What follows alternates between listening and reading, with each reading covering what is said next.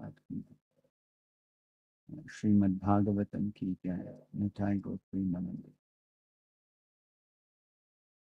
ओम नमो भगवते वासुदेवाय।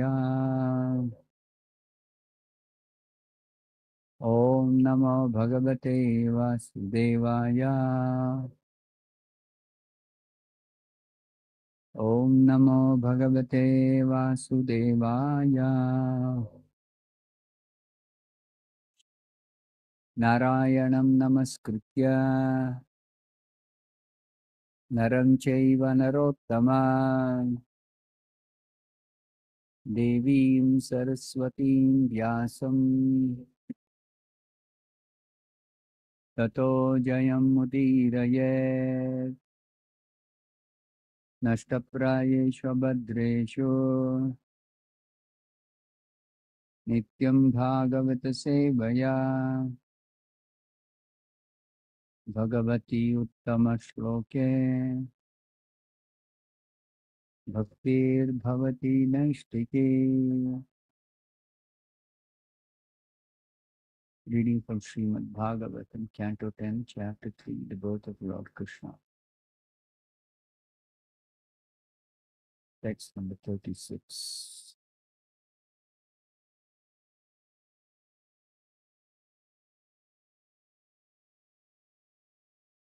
Evam vam tapyatoho tibram. Evam vam tapyatos tibram. Tapaha parama dushkaram. Tapah parama dushkaram. Divya varsha sahasrani. Divya varsha sahasrani. Padasheyur madatmanoho. Dvadasheyur madatmanoho. Evam vam tapyatos tibram. Tapah paramadushkaram.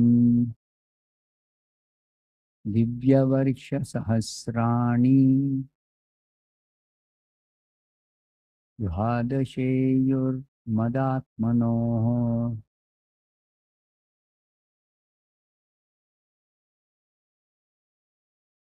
Evam vam tapyatos tibram. Tapah paramadushkaram. Divya varsha sahasrani. Dvadasheyurmadatmano. Evam vam tapyatos tibram. Tapah paramadushkaram. Divya varsha sahasrani. Dvadasheyurmadatmano. Evam vam tapyatos tibram. Tapah paramadushkaram. Divya varsha sahasrani. Dvadasheyurmadatmano. Evam, in this way, vam, for both of you, tapyato, executing austerities,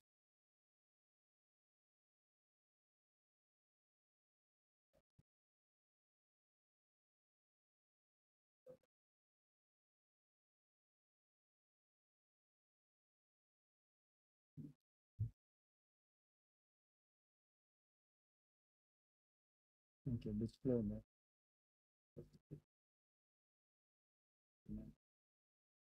36 right, display, translate that. 36. I have not to read the chapter. I'm not going to read it. That is fine. That is it. That is it.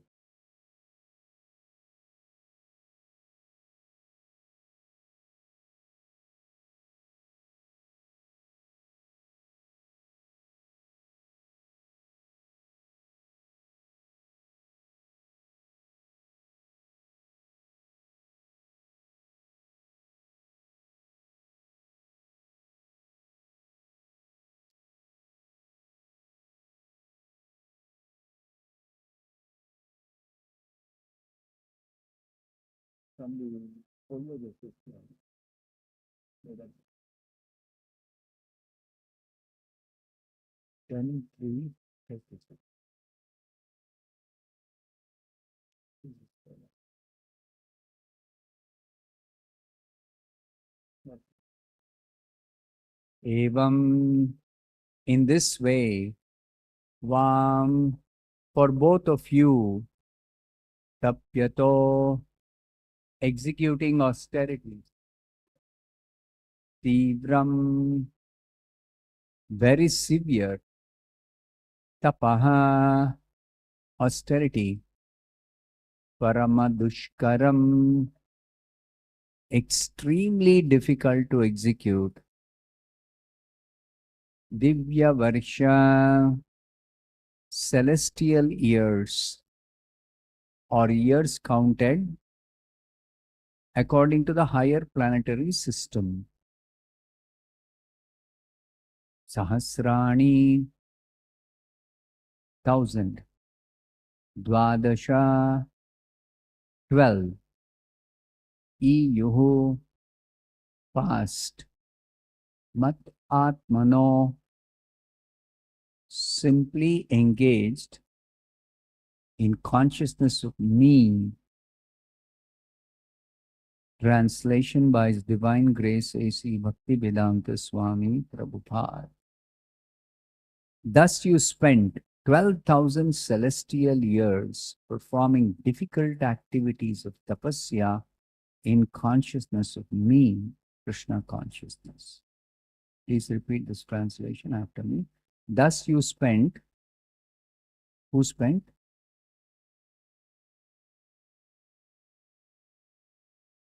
Prishni Garbha. Prishni Garbha or Prishni? Prishni is the mother. Prishni Garbha is the son. Prishni is Devaki. Prishni Garbha is Krishna. So Prishni and Sutapa. Sutapa is the father of Prishni Garbha. That is Vasudeva in his former life. So thus you spent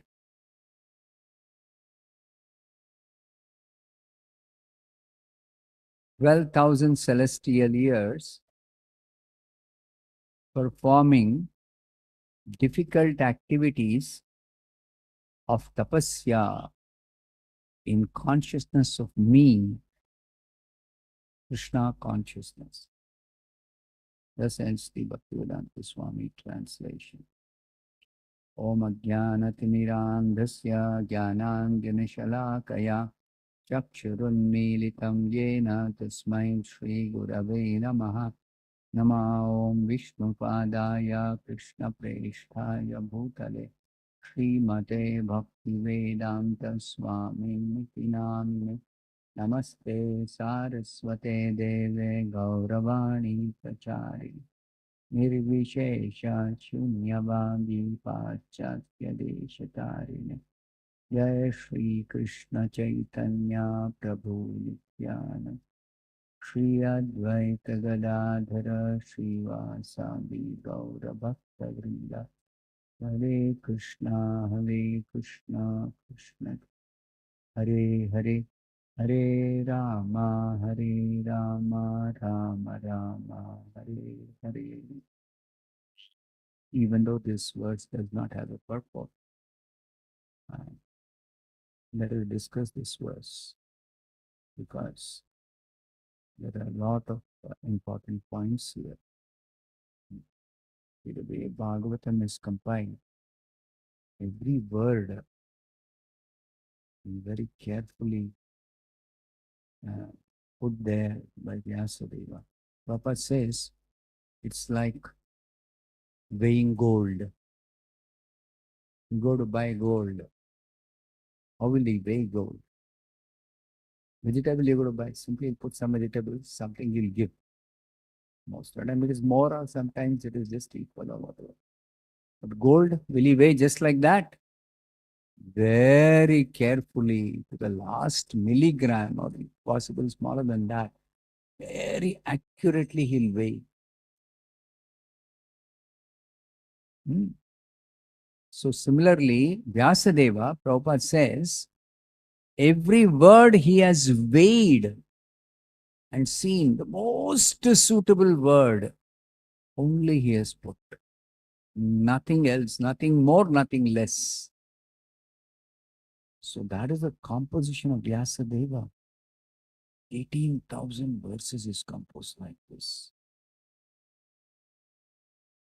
That's not possible for any human being. It's not possible even for anybody who is not in the position of the Supreme Lord. So only Krishna can do this. Therefore, Vyasadeva is an incarnation of Krishna. And what kind of incarnation? Incarnation who has compiled the Vedic literature. Only he can do it because the Vedic literature is non-different from Krishna. It is Krishna only. Another incarnation of Krishna is brought forth by one incarnation of Krishna. Krishna himself is incarnation as Vyasadeva. But Krishna is bringing down another incarnation. Incarnation means the Lord comes down from the spiritual world. So the Vedas are there in the spiritual world, but that spiritual world, whatever Vedas are there, are coming down to this material world, brought to this material world. By whom? By Krishna. So let us see every word in this particular words. As Prabhupada's translation and synonyms are also very, very accurate. Prabhupada has very carefully done this. As carefully as Vyasadeva has put the words themselves. So, evam, in this way, it's got a reference to the previous words. What is that? My dear father and mother, you endured rain, wind, strong sun, scorching heat, severe cold, suffering, all sorts of inconvenience according to different seasons. What is this? This is called tapasya, austerity. So Srila Prabhupada gives a very nice definition for tapasya. He says tapasya means to voluntarily accept inconvenience for the body and mind for the sake of spiritual advancement. Very accurate definition Prabhupada is given. What is austerity? So we apply that here. To voluntarily accept inconvenience for the body and mind. So it's not at all comfortable or convenient to undergo or endure rain. Rain means not like the rain that was there yesterday afternoon. It just came and went away and little wetness. That's all. No. It is rain means torrential rain. Like in the rainy season, heavy rain, that kind of rain. Wind. Wind also, we say wind, not a gentle breeze. So wind means it is blowing very severe wind. Then strong sun. The sun is blazing. And the sun is blazing. And that too, if it happens in summer season, scorching heat. Of course, South Indians don't know what is scorching heat. You have to know, understand what is scorching heat. You have to go to Vrindavan or Delhi in the peak of summer. Scorching heat. Or in the desert climate, scorching heat. And severe cold. Again, South India, we don't know what is severe cold. Only those who stay in places like Delhi, they know what is severe cold. Suffering all sorts of inconvenience. The same word Prabhupada used here. Inconvenience. According to different seasons. So, evam, in this way, vam, for both of you, tapyato, executing austerities. They're doing tapasya. Tapyato, executed austerities. Tivram. And among austerities, not all austerities recommended in scriptures are very, very difficult. Some are very easy austerities. Just like the austerity on Ekadashi, don't take grains. Is it difficult? Now, to some people, it may be difficult, but actually, it's not so difficult. You practice very easy to avoid this. So, this is not that kind of austerity. This austerity is to endure all sorts of inconveniences due to different seasons, extremities, in their extremities.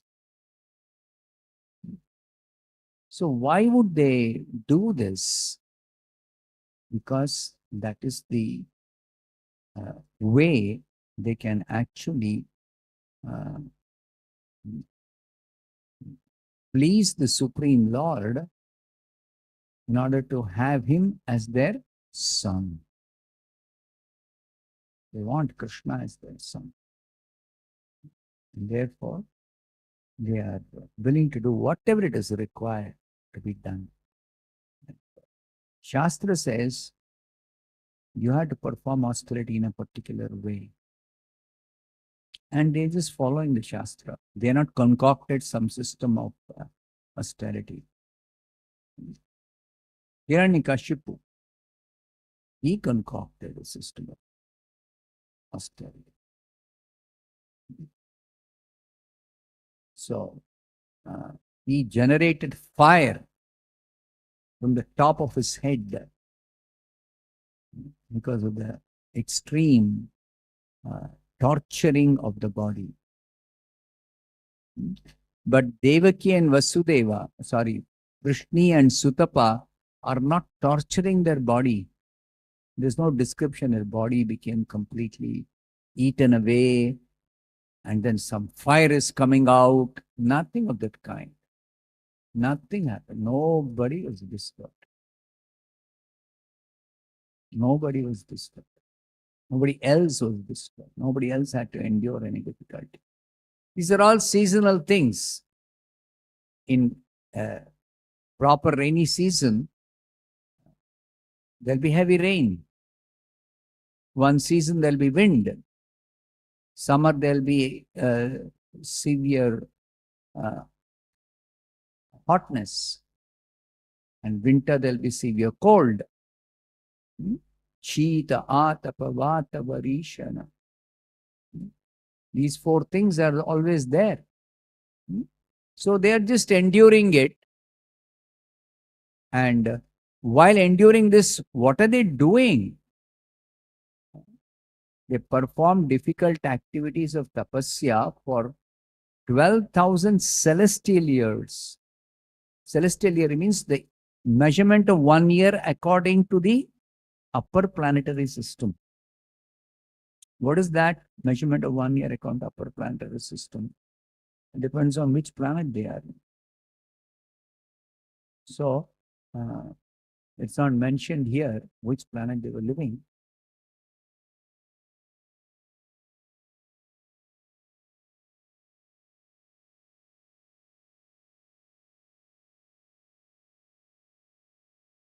Not very clear to me from the description here. But anyway, beginning with Swarga.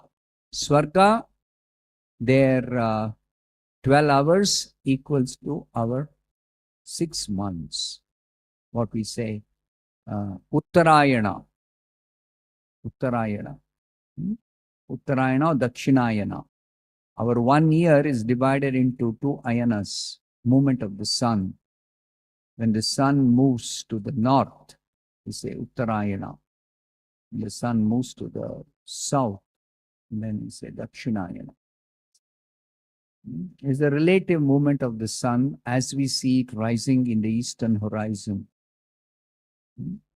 Like if you see from my window, I see every morning sun rising. So sometimes you see the sun is now, presently sun is rising like this, but stand facing that direction, eastern direction. After some time, the sun would have moved. The sun would have moved. Now it's Dakshinayana, move south. So little by little, sun will keep moving. And then when the end of Dakshinayana comes, sun would have been rising extreme south. This way. Then it starts moving north. Uttarayana starts, January 14th. Then it starts moving north. Gradually till end of Uttarayana, it will come to the northernmost point from which it will rise. These are all relative positions that we as human beings on the earth, we see these different directions or points from which sun is rising.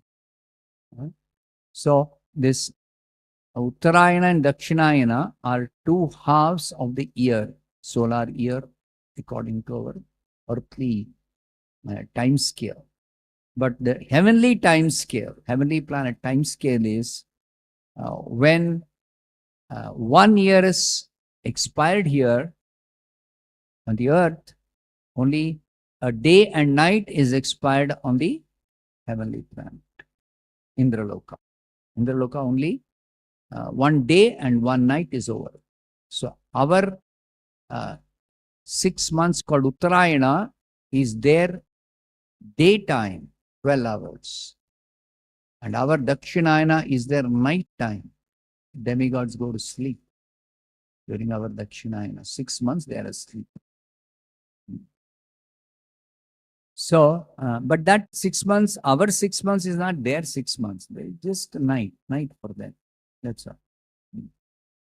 So, celestial years, if it is on the heavenly planet, 12,000 celestial years means 12,000 into 365 days.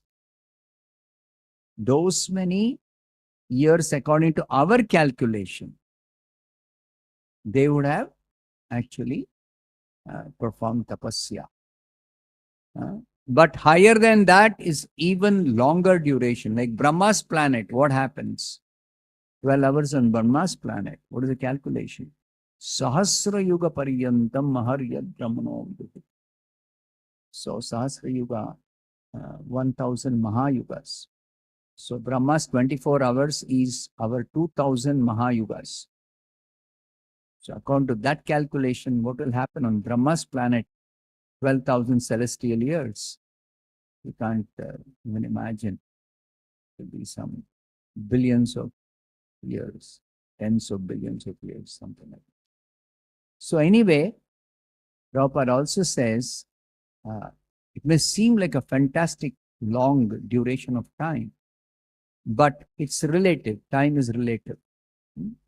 So whatever the time that it is required to be done, these are all according to scriptural direction. This is done, this tapasya.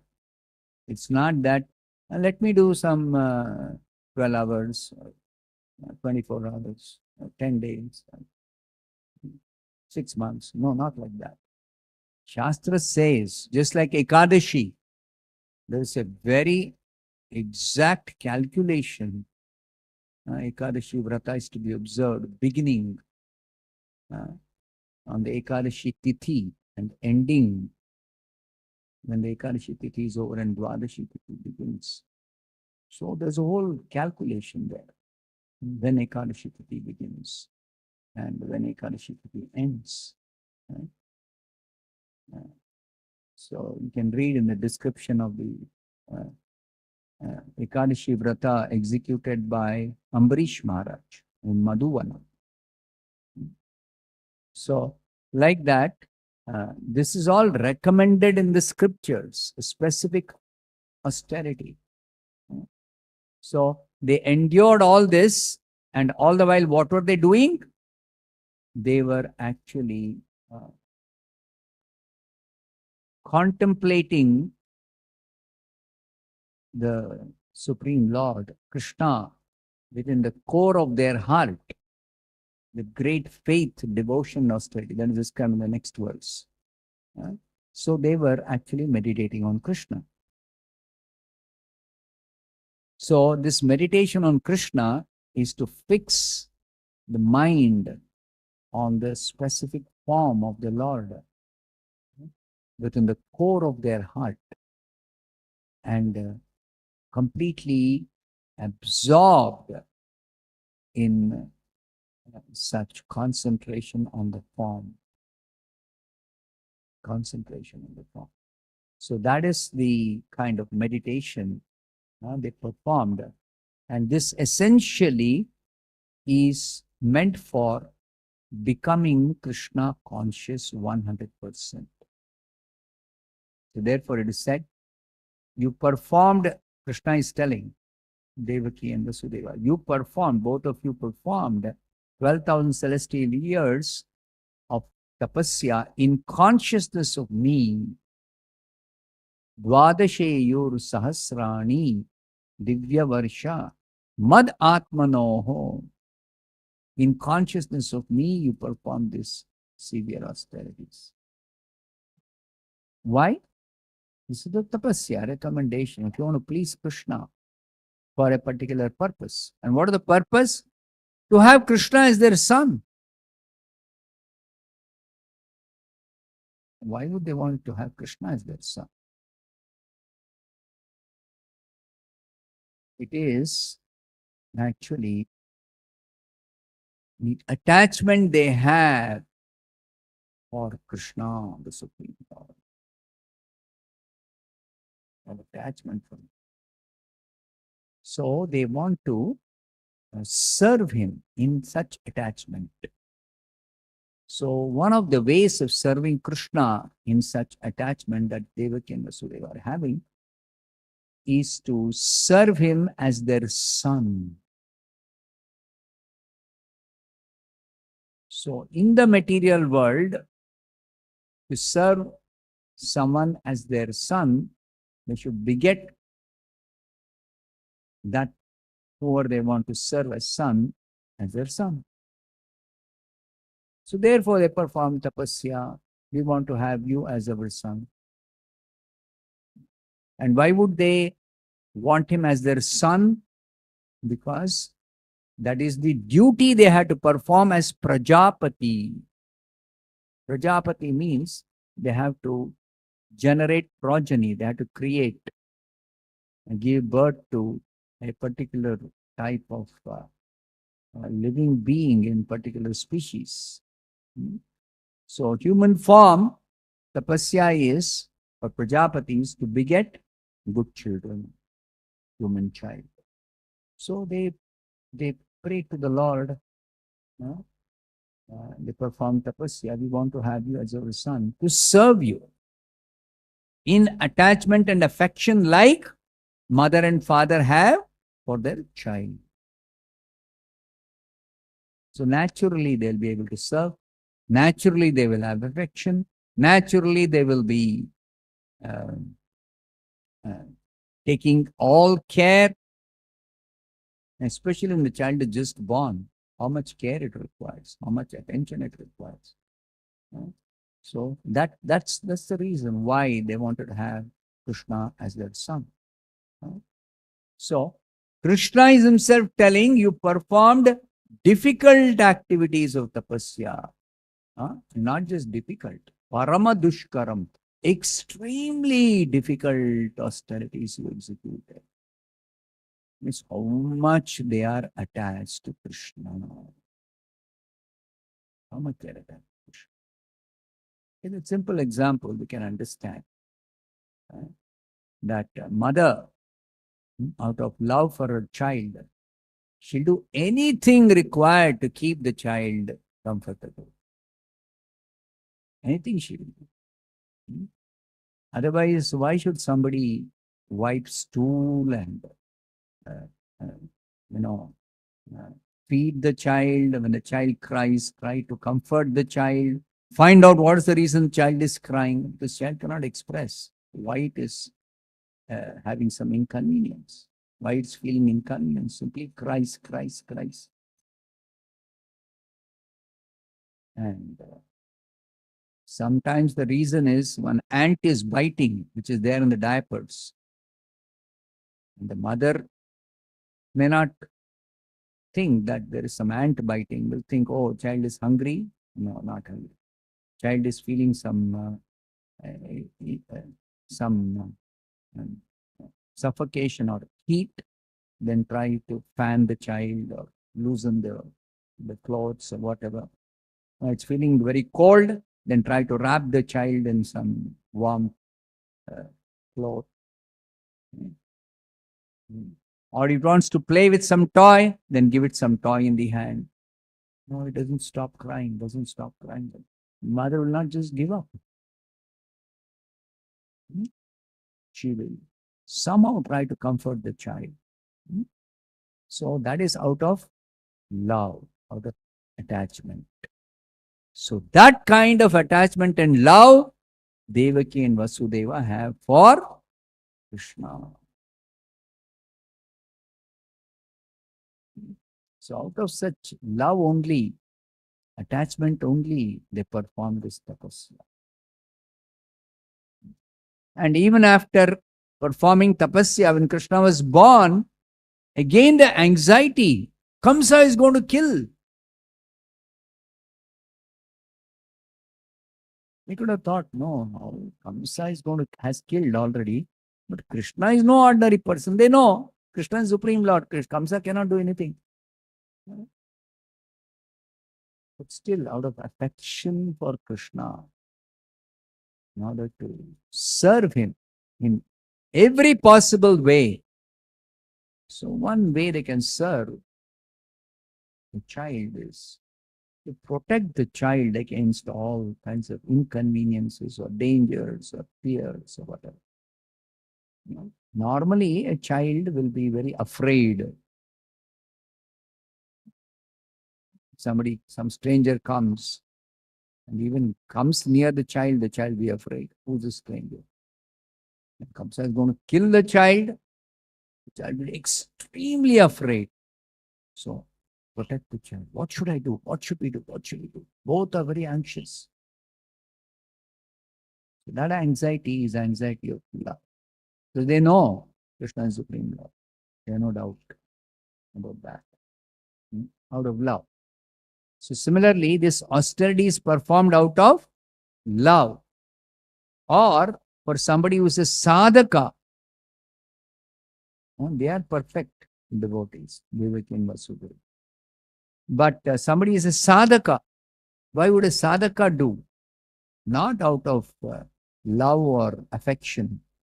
Sadhaka will do out of their strong desire for spiritual advancement. This means tapasya is difficult only if we are not having that strong desire for spiritual advancement. Otherwise, Dhruva Maharaj, he wanted to see Vishnu and he is willing to do anything to see Vishnu.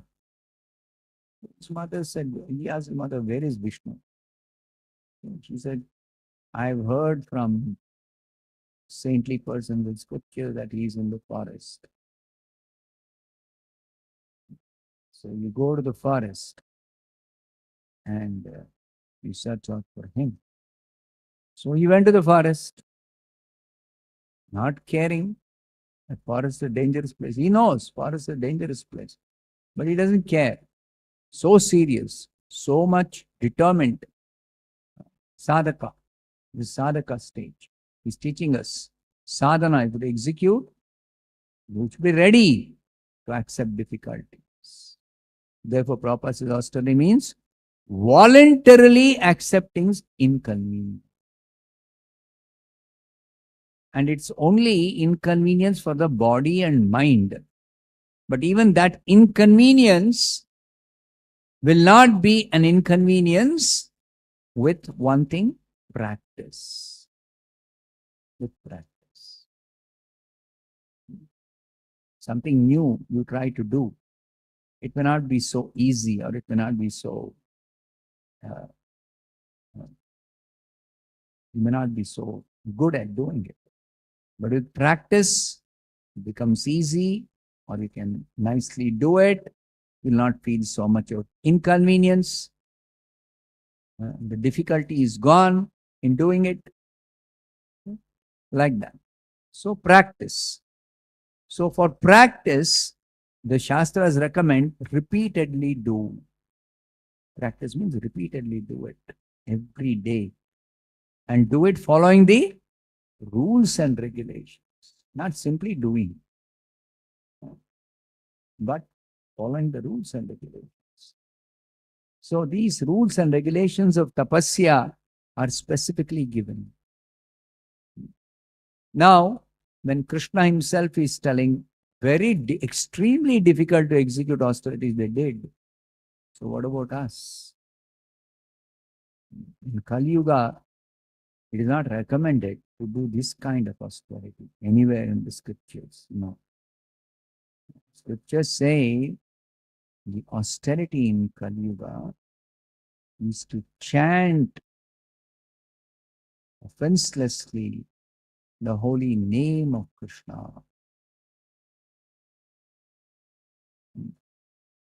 So even though chanting is very easy, but it is also difficult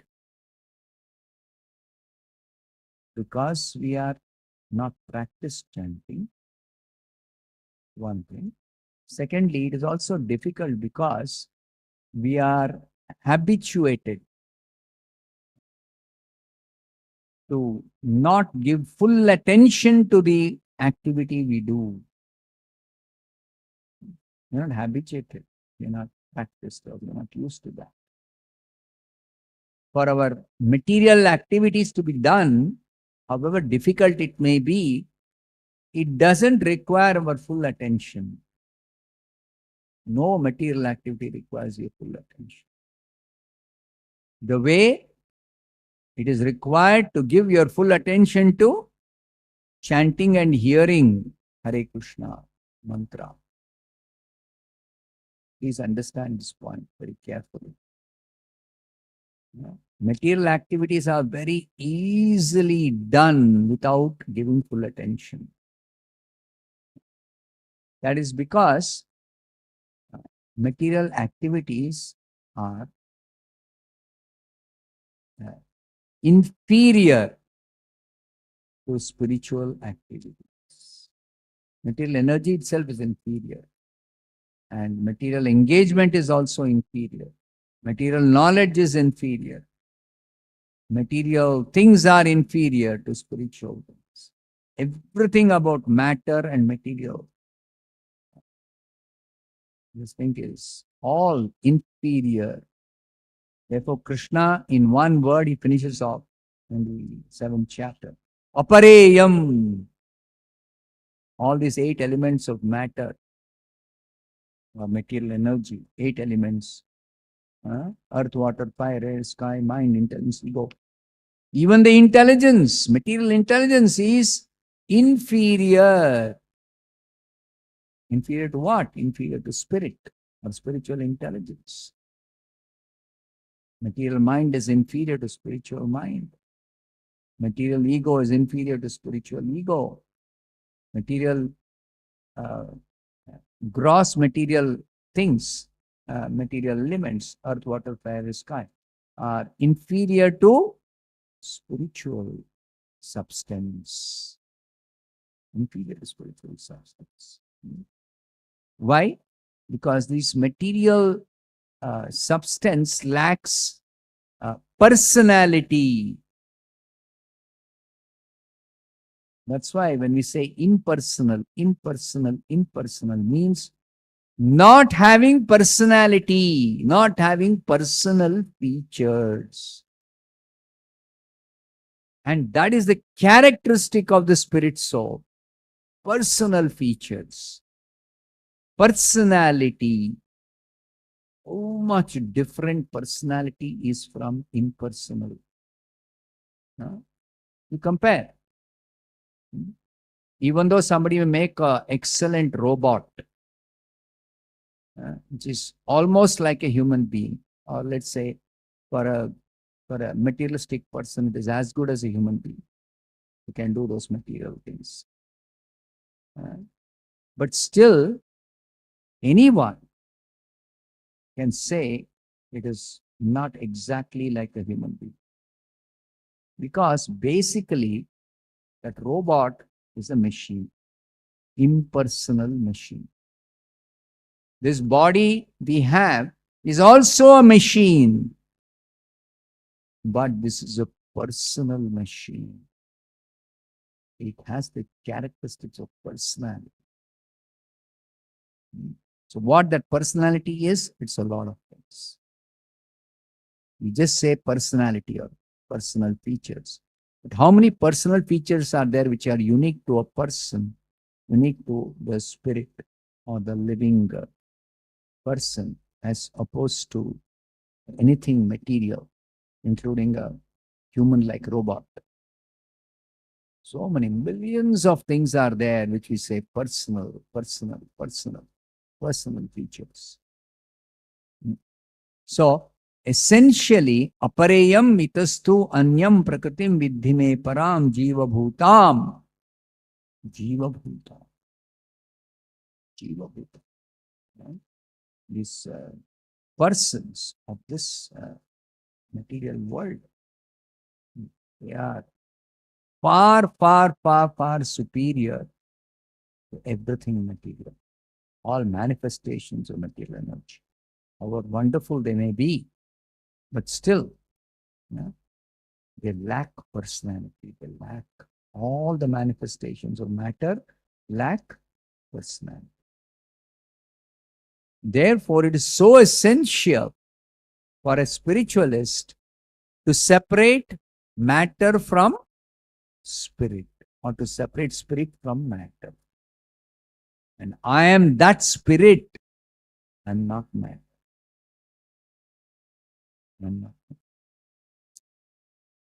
So, it is not very easy, because where is the personal feature of the spirit? If you search out in matter, it doesn't exist. Which means that this body that we have, this external body, is material body. This material body doesn't have personality. Only in illusion we think I am this body. I know I'm a person. I know I have personal features. But I think those personal features of personality is due to this body which I identify myself with. Or little advanced consciousness, somebody may think I am the mind, I'm not the body. So mind is also matter. It doesn't have personality. It doesn't have any personal feature. That's why we say my mind is disturbed, not I am disturbed. Sometimes people loosely say I am disturbed. But if you analyze deeply, a little more deeply, you say, my mind is very disturbed. That means you are separating yourself from your mind. Separating yourself from your mind. So you say, my mind. Prabhupada even says, we say, my hand, means you are different from the hand. Just like you say, my car. You clearly know you are not the car. But it is your car. not somebody else's car. So that possessiveness is an attribute of a personal feature of the personality. Personality. See, possession, possessiveness, that only belongs to person, personal feature. So, like this, separating the material features, material from the spiritual is not easy at all. It's very, very difficult. So, therefore, the jnanis, whose primary process separates spirit from matter to realize the self, they had to undergo severe austerity. They undergo severe austerity.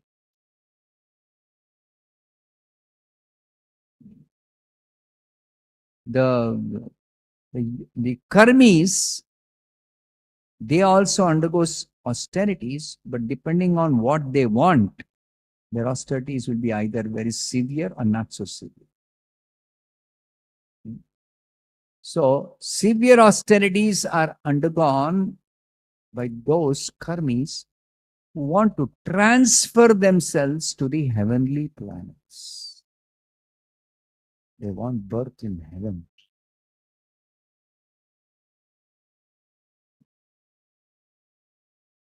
So, that is not easy to get a birth, to qualify to go to heaven and take birth there after quitting this body, elevation to heavenly planets. Oh, severe austerities the karmis have to do. Severe austerities. So, yogis, they undergo, the Ashtanga yogis, that is, they undergo severe austerities.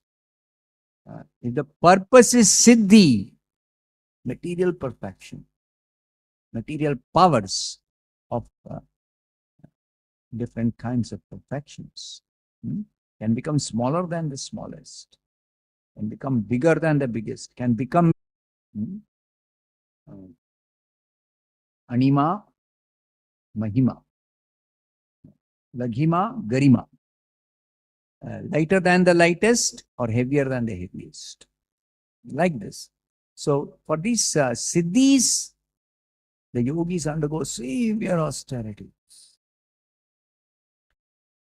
No, severe austerities of Ashtanga Yoga will not mention.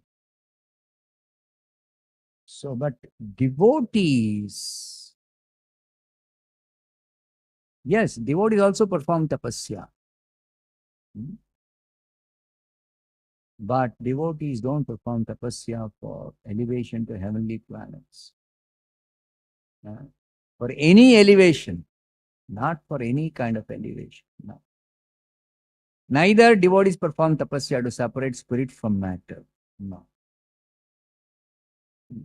Neither devotees perform tapasya for siddhi. So, these three things are finished off in one verse of the Chaitanya Charitamrita by Krishnadas Kaviraj Goswami. Genius. He simplifies these things for us in one verse. Bhukti, Mukti, Siddhi, Kami, Sakala, Ashanta. These three categories of personalities. It is in the Vedic culture, those who follow the Vedas and undergo austerities. Three broad categories of those who undergo austerities for different purposes mentioned in the Vedas. Karmis, Jnanis, and Yogis, Ashtanga yogis, tapasvis. What do they do tapasya for?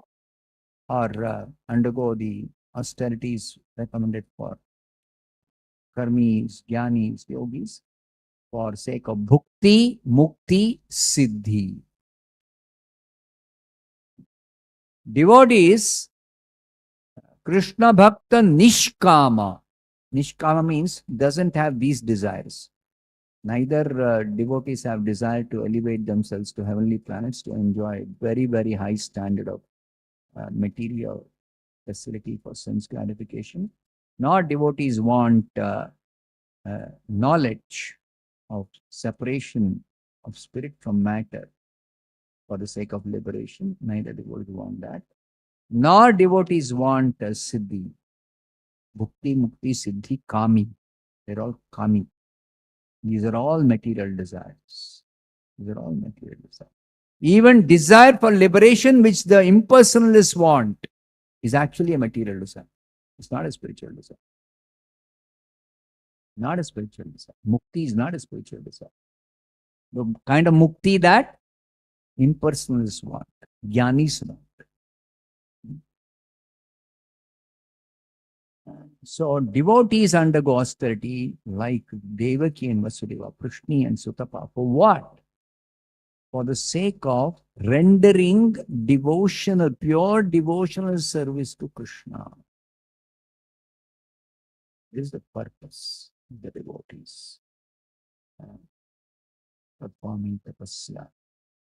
So when your goal becomes fixed, my goal of executing devotional service or practicing bhakti is I want to serve Krishna. And serve Krishna how? Out of love and affection for him, out of attachment for him. And what kind of attachment? Total attachment. So much so that I have no room for any other attachments. Full love, full attachment, complete attachment. So that kind of attachment we should develop. Maya sakta mana partha. With your mind attached to me, Krishna says, 7th chapter, 1st verse, Bhagavad Gita, instructing Arjuna in subject matter of bhakti. Subject matter of bhakti. He says, mind attached to me, you Maya sakta mana partham yogam yunjan madashrayaha. You execute yoga with mind attached to me, becoming Krishna conscious. Madashraya. Yogam yunjan madashraya. Under my protection, under my shelter. So, like that, even Vasudeva and Devaki, they are executing difficult activities of tapasya in consciousness of Krishna, in Krishna consciousness. And to be Krishna conscious means to be fully detached from the body and mind, material body and material mind. So we as sadhakas were not yet having that kind of attachment that Prishni and Sutapa had for Krishna. Or we don't have that seriousness that they had for getting Krishna as their son in order to serve him. We don't have that kind of seriousness. We don't have that kind of practice. We don't have that kind of attachment. So therefore, for us, the whole practice has been simplified because we are unable to execute the kind of sacrifice or the austerities or the activities that they used to perform previous ages. In Kali Yuga, it's very difficult to do all that. Almost impossible, you can say. So therefore, in Kali Yuga, it is recommended you chant Hare Krishna. Chanting Hare Krishna is not difficult. But if you have to chant, call out to the Supreme Lord, and do it without any offense, then you have to undergo some tapasya. So the first tapasya is that you try to chant attentively. The first tapasya, chant attentively. Don't chant inattentively. So therefore we say, first of all, to attentively chant, what you should do? Should exclusively do that activity of chanting, leaving aside all other activities. Because chanting is so simple. If it is merely just vibrating the tongue, You can do it while doing so many other things. No. Is it difficult to chant while you're cleaning, while you're bathing, while you're cooking? No, it's not difficult. So chanting is not difficult. If it is just vibrating the tongue and producing the sound, it's very easy. But that's how you begin. You say, begin with that. And then you want to make advancement, then you have to give your attention. Why give attention? Of course, without giving attention, you can't simply vibrate the tongue and produce the sound, the specific sound of Hare Krishna. Some attention is required. So when you start giving attention, it is for chanting properly to be able to hear the full mantra. We have to hear the full mantra distinctly. Distinctly. Hare Krishna, Hare. Every syllable. Every syllable. Because this is a meaningful sound that we are producing by vibrating the tongue. Meaningful sound. It is Krishna himself, whose name is Krishna. His name is the sound of this word Krishna. Krishna, 2 syllables. So to chant attentively. And then also attention is required for hearing. Attention is also required for hearing. Because you can chant and not give full attention, but you'll not be able to hear. Not be able to hear properly. So proper hearing requires your full attention in this activity. Also counting. Counting also requires your attention. Because counting has to be done simultaneous with chanting and hearing. So if you have to give your full attention for chanting, hearing, and counting simultaneously, that's not easy. Somebody who's tried it can understand this very easily. Not easy. So then somebody may think that, okay, I'll do one after another. I'll chant. And after that, I will hear. And after that, I will count. That's easy compared to simultaneously chanting, hearing, and counting attentively. Much easier. But that way, your counting itself, it is done very easily without, like, people count so many things, and to count accurately, it doesn't require your full attention at all. It doesn't even require a small fraction of your attention. So, to give the full attention, why? Because this attention itself requires purification.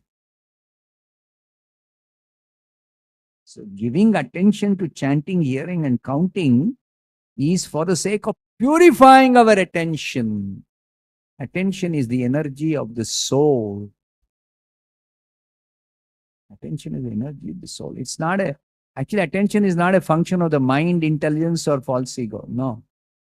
It's not a function of the brain. No. It's not a function of matter at all. It is an attribute of the soul. It is a spiritual attribute.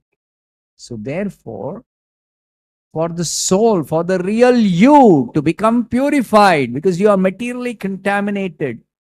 What is that material contamination? You have got so many misconceptions about who you are. You're forgetful of your beloved Lord, Krishna. You've forgotten him. You've forgotten your relationship. You've forgotten who you are. So this is the material contamination of the attention or consciousness or energy of the soul. Soul cannot be contaminated. As substance, spirit can never mix with matter. Spirit cannot yet coated with matter, cannot mix with matter. Spirit is always asangoayam purushaha. Spirit is always completely apart from the body or the matter. Can never mix, can never even touch matter. You cannot touch matter. Right? You means a spirit soul, as a spiritual entity. You cannot touch matter. So it is only the misconception what I am. Therefore, Brahma Sutra, Vedanta Sutra begins with, who are you? Who am I? Athato Brahma Jignasa, Koham. Kaha Aham. Who am I? Koham. So, to discover the self, who am I? That requires purification of your attention, purification of your consciousness, purification of yourself. Atma Vishuddhaye. Krishna also says this in just 1/4 of a verse. Yogam Atma Vishuddhaye. The goal of yoga practice should be Atma Vishuddhi. Atma Vishuddhi. Atma means the soul or the self. So self-purification. What is that self-purification? Purify the attention. How do you purify the attention? Through the recommended method. That is full attention. You chant, you hear, and count a fixed number of times you have to do it. Minimum 16 rounds of Hare Krishna. This requires tapas. This requires tapas. And the tapasya also has been simplified for us. It begins with giving your attention exclusively. That's the first tapasya. When you're chanting, the activity of chanting japa, don't do any other activity. Don't think of anything else. Don't plan something else simultaneously in your mind. So full attention. That requires practice.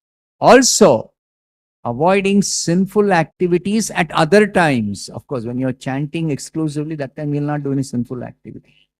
But other times, you should not engage in sinful activities. You have to do only pious activities. Because the rule of bhakti or the principle of bhakti is yesham tu antagatam papam jananam punya karmanam. All your sinful activities have to stop. So those sinful activities are the very cause of bondage in this material world. The cause of so much material miseries. As soon as you become sinless, no more material suffering. No more material miseries. No more material misery. Yesham tu antagatam papam. And then because your spirit soul, nahi kaschit kshanamapi jatu tishtati akarmakrit, you stop all sinful activities. That means you don't have to do anything. No, you have to positively engage in punya karmanam. Jananam punya karmanam. You have to perform pious activities. So you engage in pious activities. And what kind of pious activities? Yajnarthat karmanaha. Everything is there in the Bhagavad Gita. You see? Karmanaha. You have to engage in activities. Yajnarthat. For the sake of pleasing Krishna. Therefore, even tapasya we have to do for pleasing Krishna through the method of bhakti. So to please Krishna, you have to give your full attention and chant here and count Hare Krishna. You have to stop 4 kinds of sinful activities to begin with. Sometimes people think 4 related principles means only 4 kinds of sinful activities. If you don't do, it's enough. No, that is the beginning. And then, if you stop these 4 sinful activities and practice giving your full attention and chanting, hearing, and counting Hare Krishna Mahamantra 16 rounds, that's your perfection. Finished. Over. Because automatically all other things will follow such practice of japa without indulging in these 4 kinds of sinful activities. So that is tapasya. For people who are habituated in Kali Yuga to sinful activities of major or minor. Just like about 200 years back in India, it was not common, not at all common to drink coffee and tea. But now it's so common, even among pious people, even among so-called Brahmanas, even among so-called sadhus. Go to North India, so many sadhus, very nice people. But chai pite hain, chai chalta hai. So they have somehow become uh, habituated to drinking tea, even though they are serious about spiritual life. Huh? So we have to give up drinking tea and coffee. It becomes an austerity, the tapasya. So, but not only that, all our material uh, habits we have to give up. Replace them with spiritual habit.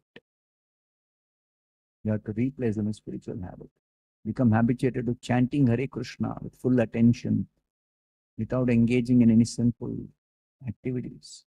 So this habit you have to develop by practicing sadhana bhakti.